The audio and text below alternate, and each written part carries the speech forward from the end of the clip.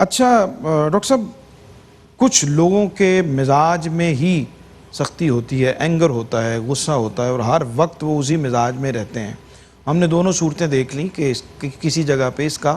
کرنا بھی ضروری ہوتا ہے، اور کسی وقت تربیت کے لیے، سمجھانے کے لیے کہیں اس کی ضرورت بھی محسوس ہوتی ہے، لیکن ہر وقت جو ہے وہ اینگری برڈ جو ہے وہ بنے رہنا یہ کیسا ہے، اور اس کو ہر وقت ڈانٹ ڈپٹ کرتے رہنا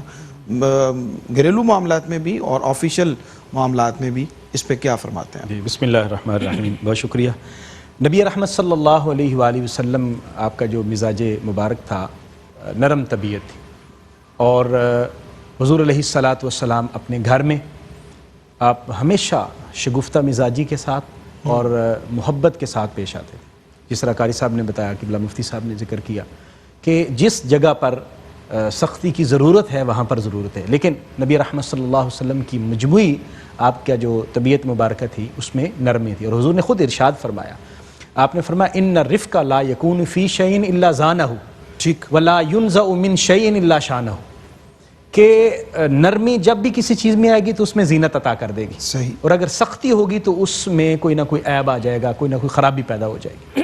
تو حضور صلی اللہ علیہ وآلہ وسلم کا مزاج مبارک یہی تھا، اور آپ نے حضرت انس بن مالک رضی اللہ تعالیٰ عنہ وہ فرماتے ہیں کہ میں نے 10 سال حضور کی خدمت میں گزارے ہیں، اور نبی کریم صلی اللہ علیہ وسلم نے کبھی مجھے اف بھی نہیں فرمایا، اور کبھی یہ نہیں فرمایا کہ تم نے یہ کام کیوں نہیں کیا، اور میں نے نہ کیا ہو تو کہا کیوں نہیں کیا، اور کیوں کیا، اور نہ کیا ہو تو کہا کیوں کیا۔ تو نبی رحمت صلی اللہ علیہ وآلہ وسلم آپ ہمیشہ اپنی امت کے لیے سراپائے رحمت بن کے پیش آتے ہیں، یہاں تک کہ اگر لوگ آپ کو پریشان بھی کرتے ہیں، جس طرح طائف کا ایک اہم موقع ہمیں دکھائی دیتا ہے کہ انہوں نے حضور پر پتھر بھی برسائے، آپ کے پاؤں مبارک لہو سے لبریز ہو گئے، جوتی مبارک بھر گئی، لیکن پھر بھی حضور صلی اللہ علیہ وسلم نے ان کے لیے دعائے خیر کی۔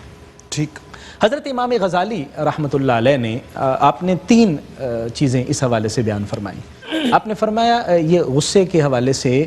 3 صورتیں ہوتی ہیں، ایک ہوتا ہے افراط، ایک ہوتا ہے تفریط، اور ایک ہوتا ہے اعتدال۔ ٹھیک،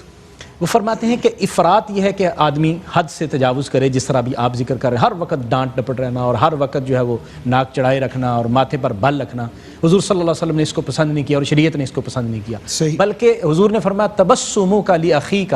تمہارا اپنے بھائی کے لیے مسکرا دینا یہ بھی صدقہ ہے۔ ٹھیک، تو شگفتہ مزاجی کے ساتھ اور محبت کے ساتھ مل جانا بھی صدقے کا اجر اور ثواب ملتا ہے۔ صحیح، دوسرا تفریط ہے، جو بھی ہوتا رہے، وہ کہتے ہیں یہ ٹھنڈا ہے، کوئی سمجھ نہیں آتی، کوئی فرق ہی نہیں پڑتا، اس کو بھی پسندیدہ نظروں سے نہیں دیکھا گیا۔ صحیح، یعنی شریعت کی خلاف ورزی بھی ہوتی رہے اور